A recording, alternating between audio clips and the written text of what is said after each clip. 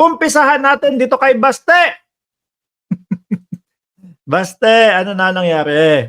Eto, hindi ako gumawa nitong ano nito Hindi ako gumawa nitong picture na ito, mga kababayan, ano.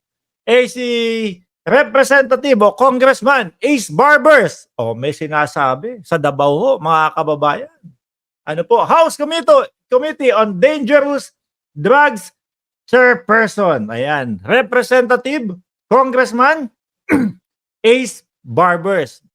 So sabi niya dito, mga kababayan, even Davao City, where the number one enemy of illegal resides was not spared, mga kababayan. This shows us that the problem is indeed serious and the solution is not a walk in the park. Kasi naman ang hilig-hilig nitong mga to sa mautog, mga bossing, ano po? Mas inuuna yung mautog kaysa dun sa mga gawan ng solusyon ito. Tapos ang solusyon, labang kontra droga na naman, yung tokhang na naman dahil daw po sikat po yun, sabi ni Baste. Hindi ako gumawa nito hindi ako, saan ba, kaliwa o kanan? Hindi ako gumawa niyang ano na yan Sino ba gumawa niyan? Parang sa politico.com yata ito, kundi ako nagkakamali. Ibang klase yung picture ni Baste dito, ano? Oh. 'Di ba? Ang solusyon nila, mautog. Ang solusyon nila pagpunta sa kalsada mag-rally. Sabi ni Cletilde Mendoza, natulog na po si Baste, sir, pagod na sa mga issue sa kanila. Sila naman po din kasi ang mga nanguna dyan, mga kababayan Walang habas, walang humpay, walang tapos na paninira sa ating gobyerno. Tapos biglang sisigaw, Uniteam na lang. Gusto ko na ulit yung Uniteam. Palibasa po, mga kababayan, ang nakikita ho natin, mga bossing, susunod ho, no? Na masususpindi naman. Yung preventive suspension lang dito kay Baste Duterte, mga kababayan. Dahil nga ho, siya yung nag-ano dyan siya yung nagsabi, magtokhang tayo. Laban kontra droga. 3 araw, tegi, 8. Ang bilis, ano ho? Ibang klase. Tuloy natin. This shows us that the problem is indeed serious and the solution is not a walk in the park. Hilig niyo sa walk in the park. Ano po? Tapos mura-mura. Sigaw-sigaw. Pagpapababa o pagbaklas ng suporta ng ating mga kasundaluhan. We have to take a whole of the nation approach and everyone's help is encouraged. Ano? This bold display of arrogance by these drug syndicates is indicative of their mistaken confidence that they can bribe their way in and out of our country. Sabi po ni Ma'am Nancy Purigay, tinetesting ni Baste kung marami pa ang loyal sa kanila. Pero failed, kaya lang biglang bumaliktad na naman. Ang dami ho. Mga kababayan, miski ho yung mga mga boss chief amo sir, yung sa PDP laban, nadikit lang. Hindi naman nadikit. Nandun naman talaga si dating Pangulong Duterte, So, alam nila na kapag ka nadikit yung kanilang padapa, PDP laban, wala ngang laban. Tinanggal na yung laban. Matatalo yung kanilang politiko. Miski po yung mga yun, mga kababayan, nagsisibaklasa na ho.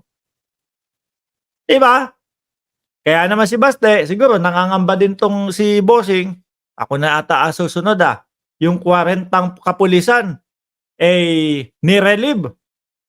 Para maimbestigahan ng maayos. So, iisipin niya, sino iisipin niya kasunod? Di siya ho, mga kababayan, sunod siyang iimbestiga. Siya yung nagpatupad niyan Mga bossing ang dami pala sa Davao niyan. Sabi ni Romy Catalan, alam mo host, Maka Marcos po, pero pang tungkol sa nagrarally, karapatan po ng bawat isa yon. Kaya hayaan na lang po natin sila if magrally man sila. Kaso ayaw At halos lumalagpas na sila do sa lumalagpas na po sila doon sa kanilang pagrarally biruin mo kung ano-ano yung mga pinagsasasabi nila doon sa kanilang rally. Puro mura, Tayo po may mga karapatan ho tayo mga kababayan, pero kailangan, maging maayos naman at maging kumbaga kaaya-aya naman po yung ating pagpapahayag. Pero kung magpapahayag, ano, magpapahayag sa kalsada tapos wala naman palang, um, ebidensya doon sa kanilang mga pinagsasasabi, mali ho ata yun. Lagpas na dun sa boundary ng kanilang karapatan. Isa pa din, 'di ba kasama nila si Pantaleon Alvarez? Biruin mo yung isigaw na ano, yung mga kasundaluhan o yung mga militar, 'no, magbaklas na ng suporta.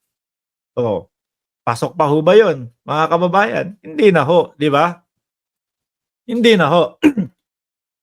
Tahimik ang mga Duterte dito sa Santiago City, BBM forever, sabi ni Margie.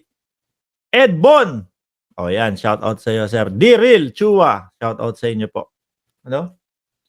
Kala kasi ho nila mga kababayan, porket magsisigaw sila doon sa kalsada, susuportahan po sila ng sambayan ng Pilipino dahil nung panahon na sila ay nanunungkulan, talagang karamihan ho bulag Karamihan ho bulag mga kababayan. O tingnan mo ang nangyari.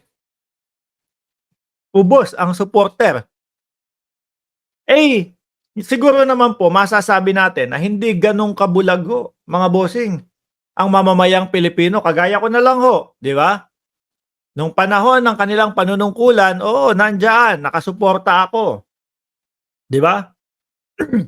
Umaano pa tayo, ano tawag dito? Nagtatanggol pa tayo.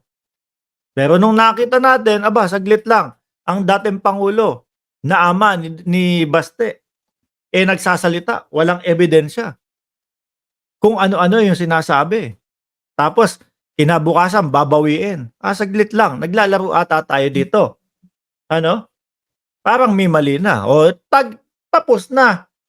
Okay, pasensya na po. No? Next time po ulit. Next time po ulit susuporta kapag ka maayos na kayo. Kaso hindi ho tuloy-tuloy lang ho Oh, tuloy-tuloy lang ho tapos mamukat-mukat mo, mas talagang, sandamakmak pala yung droga doon sa kanilang lugar, mga kababayan. Nakakaano hong sabihin, pero siyempre pagka ganyan ho ang sitwasyon, mga boss, chief amo, sir, mapapaisip talaga ang taong bayan, saglit nga. Totoo kaya yung sinasabi nung mga dating nag-witness laban kay dating Pangulong Duterte na siya yung number 1 doon? Oh, yan, 'di ba? Number 1 sa ganyang negosyo. Oh, 'di ho ba? Hindi natin maiiwasan ho, mga kababayan. Pinipilit nating paniwalain ang ating sarili na hindi totoo 'yon. Pero kung ganito yung mga lalabas na balita, tapos si Baste nakita, ano ba itsura? Paano ba 'to nilagay ninyong picture ni Baste? Para matutulog na. O, 'di ba? Hindi niyo masisisi ngayon ang mamamayang Pilipino. 'Di ba Sir Gamalier Agustin? 'Di ba Sir Philip Sampaga? Oh, John Miranda, tama ho ba ako? 'Di ba ganyan lang ho 'yan mga boss, chief amo, sir. Kung inayos nila, malamang sa alamang siguro nag-aantay lang tayo, 'no? Siguro ho nag-aantay lang tayo na matapos yung termino ni Pangulong Marcos, tapos ayan, sila na. 'Di ba Shiro Kanzaki, mukhang bangag yung itsura ni Baste sa post ng Philippine Star. Kung magsalita si Baste, klaseng iba, 'no? 'Pag ganyan. Akala mo parang hindi dumaan sa pagkabata niya yung mga ganitong itsura na 'no? Tsaka yung kung magmura dun sa ano, kung magmura dun sa interview sa kanya, mga PI kayo. Oh, ha? Akala ho siguro ni Mayor Baste, ano 'yan, kapag ginaya ko yung estilo ng aking tatay, mananalo ulit ako. Kasi gano'n yung gusto ng sambayan ng baka siguro sa Davao lang. Baka siguro, pero hindi din meron tayong mga sumusuporta at meron tayong mga subscribers dito na sinasabi taga Davao ho ako. Pero hindi ko gusto yung pamamalakad nila ng Davao, mga bossing. O di ho ba? Gusto pa isabotahe ang remittance. Si Jason San tanda-tanda na, ang jologs pa din, ano mga kababayan? Oh, ang tanda-tanda na. Diyos ko, ganyan ba ang maayos na rally, destabilisasyon at sabotahe sa gobyerno? Ang gustong gawin samantalang ang ganda ng ginagawa ng Pangulo. Tanda na ni Jason sa anjologs pa din mag-isip ng mga kung ano-ano. Presyo daw, walang magpadala. Sabihin lang ho natin dito, tayong mga nakatira sa ibang bansa at yung mga OFW, etong pinapalabas, etong mga anti-government, gustong sabotahihin. Oh. Tapatan nga natin. Sa akin si nga tayo magpadala. Tapos yung mga yan. Mapapahiyayang mga yan ho, mga kababayan. Di ba? Baste! Ready ka na ba dun sa preventive suspension mo pagka nagkataon? Si